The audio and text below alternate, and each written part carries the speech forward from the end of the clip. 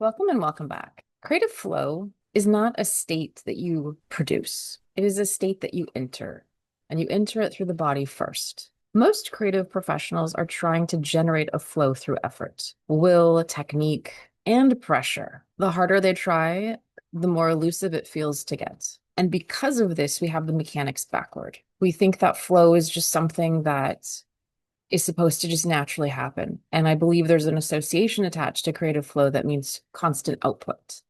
And that's not really what flow is, especially when we start talking about the physiology of the body, the way our emotions move, the way our mind moves. And so flow is really a state that you enter, that you prepare yourself for, that you prepare the body for to then go into. It's an entrance way. And you move through these states over time. As you practice entering this state, then you know how to exit it and you know how to move into the world and into this source creation space, this inner world to this outer world. And so I'm coming off the heels of Returning to Source, which is a webinar, which is a workshop that I'm teaching creatives how to enter this state in. So it's fresh in my mind. And the real key here is the body, because we're always in this fight or flight mode. We have this low grade threat response to the world, on guard in our professional adult selves. It's hard to drop some of that weight, some of that responsibility, and play. And we think that if we just externally play, that that's what's solving the problem and that's what's going to help us get in. But it's different than that. Because if your mind and your emotions are still detached, or you're using that playtime as a deflection, as a distraction, you're not coming up with the kind of creativity that I know you want to access, so that your work is phenomenal and it's the best work you've ever produced. You have to signal to the body, especially if there's any levels of survival mode going on within you. You have to let the nervous system know that you're safe to explore. And this is really important, because what you're really telling your body is that I'm going to start moving in a way that does not need to be monitored, that doesn't need to produce something specific or an outcome. It doesn't have to mean something. It doesn't have to do anything but just create. And this is really difficult because we live in such a value-driven, output-driven society. And that's how we capitalize on our creativity, that if it doesn't go towards something, it feels harder to say yes to. And so we kind of fight against that actual nature of ourselves to want to create and be in this flow. But I can tell you, and I know that you also know this, that a lot of the best ideas came from when you were actually not doing very much, or doing very mundane things. And they just dropped in. Or the mind was just relaxed enough, the body was relaxed enough where it could just allow itself to come in and percolate over time. And so we try and manufacture these conditions, but they don't always quite work because we're not regulated within. We don't know how to clear out the emotions. We don't know how to clear the mind and really actually make the internal space to let things come in. And so, yes, there's a level of internal inner work that, even for just the smallest amount, has such big potential to add and infuse in your creative work by allowing the body to go first, to drop the shoulders, to take the deeper, longer breaths, to hold the intention of being in present moment right now, to allow yourself to just take a breath from the outside world and allow things to just be while you take this moment, starts to shift the body out of survival mode. And it starts to turn the logical, analytical mind off or down, at least down for a little bit. And what we're trying to do is we're trying to get the adult in us to calm down, to take a nap, to take a break, so that we can go into the inner child. Because that's the part of us, that's the connection we want to make, to go and explore and play and to be curious and to come up with all these like wild and wacky things and let it percolate. And so when I talk about going back into source, like source creation, I'm really looking at this as this sort of internal cave that you have with this inner child of yours. And you have an opportunity every time you work in any moment of the day, no matter what the conditions are in life, to get into this place to access. First, you have to access this, right? It's a step And then once you get in here, it's this opportunity to just allow yourself to be in this moment. This is where we can suspend time and space. This is where we can let ideas come in that just we would have never thought of on our own because we were forcing it. The inner child also is very in tune with the body. And a lot of times when we're so in our very responsible, very accountable, very adulthood, there's still things within us that we crave and we want.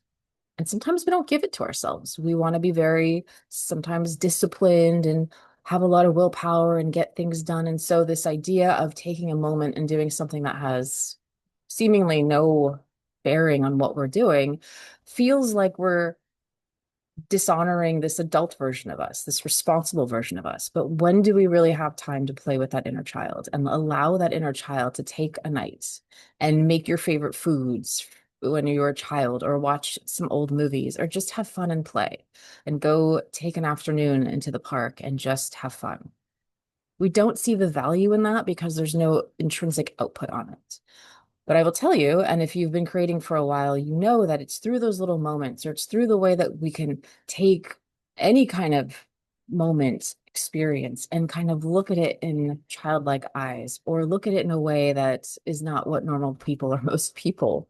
Well, few things is the fuel and the essence of what creativity is. It's the way that we can tell the story from the angle and from the emotional side. And so we need to make this distinction that when we're trying to set this time aside or give ourselves this little extra, what we're really having a conversation with is our adult self and our inner child. And if we don't give the inner child what it needs, it may not know how to communicate to us, but we're going to feel it. We're going to feel the dread of the work that we can't keep doing anymore. We're going to feel the exhaustion of showing up yet again, right? We're going to feel these things that show us we're not quite as happy as we could be from a creative perspective. And we really want to tap in and listen to that inner child and say, like, maybe it's just a day off, or it's a way that I can allow myself to create without any judgment, without needing it to be anything more than just that I'm in this mood today. And I've found that when I let myself do this, even though that thing didn't turn into something, it sparked an idea for something else. And that sparked an idea for something else. And I started to go on this train ride of ways that I would have never created before, or places that I never would have explored and gone to had I not allowed for just a little room to go and play.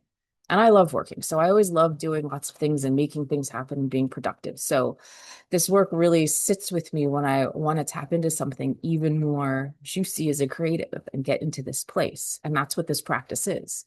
It's being able to tap into source creation no matter what the conditions are, to make the best work possible for your career, to make the best creative work possible throughout your lifetime. And so that distinction between the adult self and the inner child is really important, because it no longer has to be a you versus you conversation. It has to be a you with you conversation. And when you see the value in what it is that that space gives you to connect with your inner child, it's going to become invaluable. I think you're going to see over time that it's such a beautiful space to be in. You're going to want more of it. You're going to crave more of it. And you're going to take those priorities that you have, and they're probably going to start to shift. And however long this takes for you could happen within days, weeks, months, but it compounds on itself. So where you start today is not at all where you're going to be in 3 months. And what felt maybe a little uncomfortable in the beginning now is like it's automatic because you've trained your body and it happens within seconds. And this is the place you want to go. And this is really, right, this ground floor, this creative cave. This is the essence of creative flow. It has to start somewhere.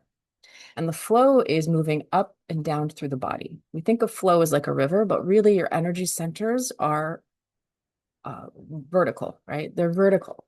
And so when we go into this space, and I like to think of it more in the sacral area, this is your creativity, your sexuality, this is where you make your money. It's all in that same place below the belly. This is where we want to take our breath so deep it hits down below. And we're taking account of where we are, and we're being in the present moment, and we're listening. We're listening within. We're listening to what the body needs. We're listening to what we need deeper, deeper in a deeper sense, and like feeling our heartbeat, feeling our senses, and then observing and noticing what's going on. And in that, right, that's again where time and space start to slow down because we're so precise in the present moment. We're so much more consciously aware of what's going on that we can see the little nuances in life. And that is like these threads of gold to pull from to last for a lifetime of being creative because it's those insights and the way that you look at anything, right? You can even see back here, like just the way that things are structured and put together is you sharpening that creative perspective, that storytelling mechanism within you. But we have to be able to always know how to get in there. And life will pull us back out. Life will make us remind us. Life will remind us that we're an adult and like, I know you want to play, but you got to go do this. And so we need to learn how to shift. And that's the flow. It never has to leave you, but sometimes it sits a little bit in the back to percolate, and sometimes it's in the forefront. It's not always go, go, go. It's not always output, output, output. It is a ebb and flow. So an ebb and flow means that sometimes it has to recede back a little bit. You have to be able to just allow things to come through and not force them so that when they do arrive, it builds the momentum so that we can take it out in the world. Same thing. Everything that you see in the world came from this interior place. This everyone had an idea that created every single object that you've ever bought, that you've ever looked at in your entire life. Everything that we create started as an idea. So we want to be able to keep that flow open. And the way we do that is that we're checking in with ourselves, our vessel, who we are, what we're doing, and we can go back to that place. So you can do this little practice in an airport, in the car, right before a meeting, right before you open your laptop, and we tap in. We tap in. And the more we do this, the more potent that space is going to get and the more connected we're going to be to our own ideation, our own visions. And so instead of getting just fragments of ideas, you're getting full visions. It's crystal clear. And when you're ready to take that idea that you and your inner child worked on and you bring it into your professional life, your adult world, then you can use that critical eye, that making sure everything is pixel perfect and perfection, because now we're producing it in material. But we can't take those same tools we learned as a professional and bring them in with the inner child. It's like taking a seed and then dicing it up to try and pull out the plant before it's ready to grow. That's not how that works. Even with ideas, they have to plant, they have to sprout, and they have to have time to incubate and nurture. And we have to give it that. And if we're forcing things to grow and move before they're able to really percolate and really bear fruit for us, we're not going to get what we need. And then we're going to get frustrated because what we're really doing is the adults coming into that inner playground and trying to control everything. And that adult needs to go. Take a nap. Your time with your inner child is going to be the most potent, and it has a ripple effect. I'm specifically talking about creative work, but we all know that when you do that kind of inner work, it has a ripple effect with your relationships, with your work relationships, with who you are, how you even show up in the world. There's a level of confidence that comes into that because you're listening to yourself. So you're making decisions from a much more educated place than you were before. And so I just want to talk about creative flow as this place that you can always be in. And yes and no. The creative flow is an ebb and flow, and it's a state that you come into because you can't always be in that state. You possibly could, but there are times when the adult self takes over, the responsible professional self takes over, and that creative flow moves a little differently. And I also want to be clear about that I think the issue that I have of saying that you can always be in there is that it's hard for most people to be in there. And if we really look at this as a place that we enter into and a way that we know we can access it, then we know it's a reliable thing. We know that no matter what's going on, whether it's chaotic or completely boring, I still have an entrance into this place. I'm not waiting for the right conditions or when inspiration strikes or when I'm super motivated and they didn't happen. So I'm not in my creative flow. That's nonsense, right? Like this is real. We can actually have our body change physiologically, adjust the emotions, adjust the mindset, and get into this place so that we can really tap into ourselves and do the work that we want to do. And part of the work is to play, but it's doing it in the right ways and doing it in the ways that are effective so that we can keep coming back to this, so that we have a longevity of creativity in a career. So with that, think about how you create. I want you to just think about how you create before we end this video. Think about the state of the way that you create. Before you start creating, really observe your body. Really observe where you're at. How are you sitting? Are your shoulders up here? Is your jaw really tense? Is your breathing really short and up in the chest as well? Are we anxious, frustrated? Do I have a lot of things on my mind? What's going on? And then take a step back for a second. If you could just really practice the art of noticing and observing, is that going to give you what it is that you want out of your creative session? Probably not, because it's going to make you distracted and thinking about other things. We want to be centered. We want to be focused in on what we're doing. And so how do you get there? How do you get into that space? Just take 3 deep breaths. Start there. I want you to start there and just really say to yourself, I'm here now. Let me be here now. If this is really something you want to get into, I encourage you to go look at Returning to Source as this workshop. There are plenty more coming as well as we deepen this practice. So stay tuned and make sure that you're subscribed so that you can keep following along. Thank you all for being here. I love you all. Keep creating, keep being inspiring, and I will see you in the next video. Take care. Bye.